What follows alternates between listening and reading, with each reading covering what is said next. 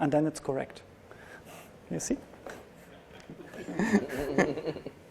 The only problem left is a hole in my hand. Yeah, but the hole is nothing, huh? With something around. So here only the around is missing, you see? Yeah.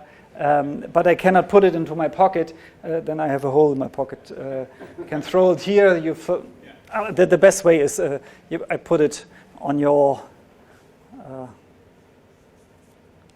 let's see.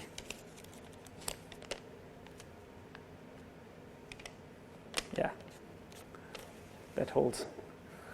Now, what does this mean? It's a little secret between you and me, okay? Good. Thank you. Yeah, it's all digital, no? Okay, this is maybe, I don't know if you know the basic routine of that. It's from Thomas Heerling. It's a German magician, and he described it in one of the first books about close-up magic in Germany, New Wave Close-Up. And there are many versions of that, and maybe the pothole routine from Michael Close was the inspiration to that. The basic routine of Thomas Heerling was,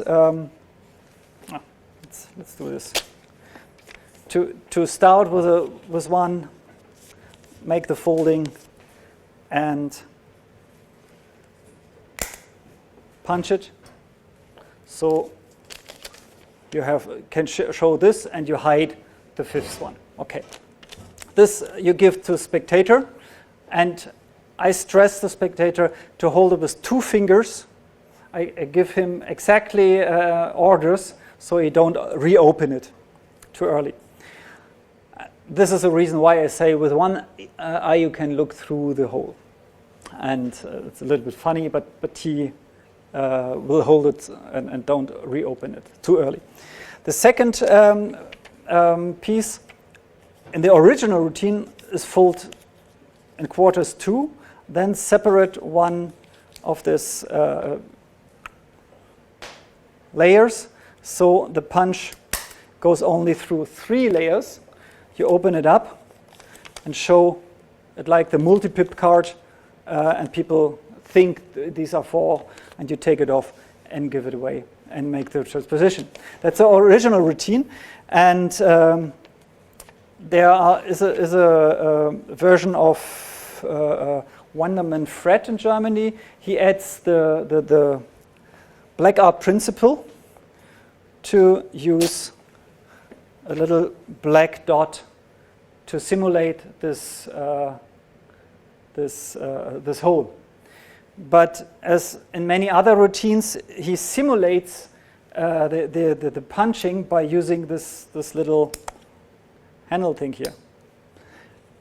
And this is a problem. I think if you pretend to do something that you don't do, it's not only the vision that you have to fool the spectator, you have to fool the whole perception. And simulating to cut a rope, for instance, because it's already open, and so it never is so convincing. So I searched for a different technique to convince this pretending punch. And please check your routines you have. If you pretend something to do, maybe you can find a different technique to make it more convincing. And in this case, I simply have a little piece of paper extra behind this. It's the same glue as for one twister to fusion. It's repositional, and so I have a piece that I can punch. Oh. So you can see this better. I have a gimmick colored. Yeah, so this is okay. Normally here is a little thing that keeps the punched holes clear so that it doesn't fall down. But I like that it's fall downs as a misdirection and to make it more convincing. So if I punch this, I please simply hold it like so and go underneath, and I punch the gimmick. So the sound is real, and if I punch it, something falls down and it can look behind, and your views follows, and you see it goes, and immediately I can show the black dot, and that's very convincing that it's a real hole. So, and then I do the same, and it's the same noise, it's the same force I need to punch it. So I go through, and then I only have to get rid of the gimmick, and I only clip it between the fingers here. Take it off by saying, oh, I'm so sorry, I misspelled your name. And I put this both away into my pocket, and then I'm ready to perform the vanishing hole by simply taking, this is the fake one, yeah? So by taking this and sliding it off. Because it's glued on the other side, it's also the repositional glue on, and it's simply a playing card that I have blackened with a Sharpie marker, punched it out, and made the glue on the other side before I punch it. So I can simply put it on and can prepare the whole block for a strolling gig for 10 tables or something. So I slide it off, but I cover this with the other hand, turn it around. So here, now, under my thumb glues already the dot. Turn it around, and people think here's still the hole, and I can take it off slowly. And I'm very clean, and between these fingers is nothing. So if I take it off, I can show it's only nothing with nothing around. Okay. Then I can give this to the spectator and transport this to the other piece, so I have a whole transposition. This I can get rid of whenever I like, put it on the floor, wherever. Okay.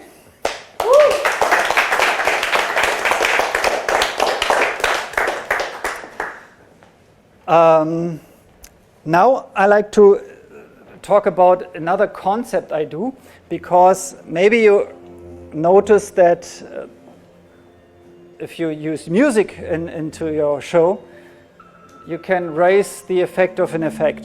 So you can change the mood in the room immediately. But and very, very, yeah, immediately you can change the mood in the direction that you like.